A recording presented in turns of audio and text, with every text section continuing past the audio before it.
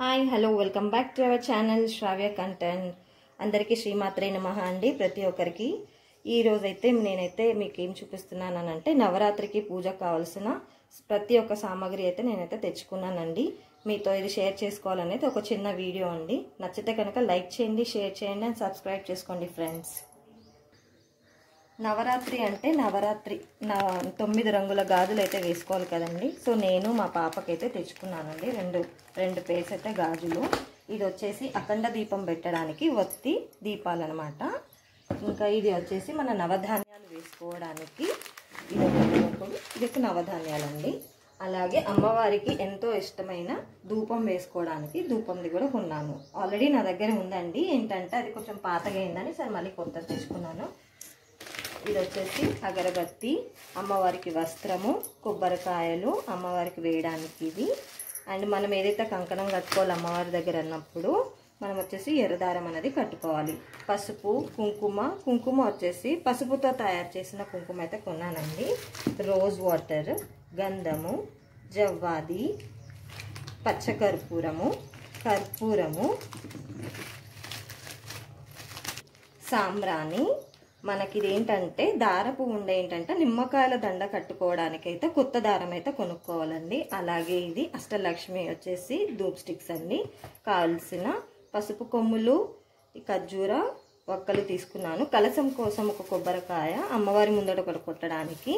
ఇంకోటి మనం ఎలాగైతే రోజువారీగా మనం పూజ అయితే జరుపుకుంటామో వాటి కోసం కూడా కొబ్బరికాయలు తీసుకున్నాను. అమ్మవారికి ఇష్టమైన ఎంతో red colour and pink colour, yellow colour, white colour ఫ్లవర్స్తో అయితే మనం పూజ చేసుకోవచ్చు. నువ్వుల నూనె కూడా కొనుక్కున్నానండి అఖండ దీపంకి. ఇంకొచ్చేసి ఈ వస్త్రం వచ్చేసి కలసం మీదకైతే నేనైతే పెట్టడానికైతే తీసుకున్నాను. అలాగే పీట మీద పరుచుకునే ముందు కూడా ఎర్ర వస్త్రంతోనే పరుచుకుంటే చాలా మంచిది. అమ్మవారికి వచ్చేసి చీర, జాకెట్టు, గాజులు, ఆకు ఒక్క అంటే మనం వడి బియ్యం ఎలా అయితే నింపుకుంటామో అమ్మవారికి అనేది సమర్పించుకోవాలండి. అలాగే మొదటి రోజు మనకు వచ్చేసి బాలా త్రిపుర సుందరి కదండి. అందుకనే 9 మంది అమ్మాయిలు, చిన్న 10 years అమ్మాయిలను పిలుచుకొని మనకు తోచినంత పెట్టుకొని వాళ్ళకు భోజనాలు పెట్టి మనకు అమ్మవారి స్వరూపంగా వాళ్ళని భావించి వారి యొక్క ఆశీర్వాదం అనేది మనం తీసుకోవాలి.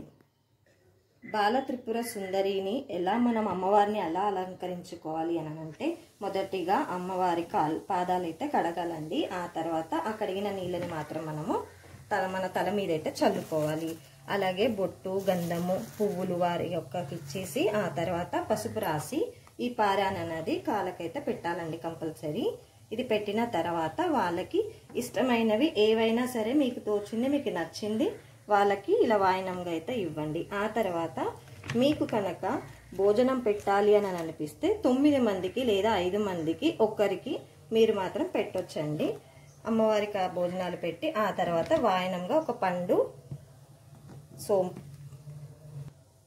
సోంపు, శనగలు, ఇంకా మనకు తాంబూలంకి అయితే ఏమేమైతే ఇస్తామో అవన్నీ ఇచ్చేసి వారి యొక్క ఆశీర్వాదం, అక్షంతలు తీసుకొని ఆశీర్వాదం తీసేసుకొని ఇంకా మనం అమ్మవారి నవ్వుతూ పంపించాలండి. ఎవరే కానీ పిల్లలు ఏడవద్దు. ఏడిసినట్టు అలా అయితే కనుక మనకైతే చాలా మంచిగా ఉండదు. అందరినీ సంతోష పెట్టేలాగా వాళ్ళకి ఇష్టమైన అయితే తీసుకురండి ఫ్రెండ్స్. ఇదే అండి ఈ యొక్క నా చిన్న వీడియో. ఎవరికైనా నచ్చినట్టు కనుక అయితే లైక్ చేయండి, షేర్ చేయండి అండ్ సబ్స్క్రైబ్ చేసుకోండి ఫ్రెండ్స్. Thanks for watching.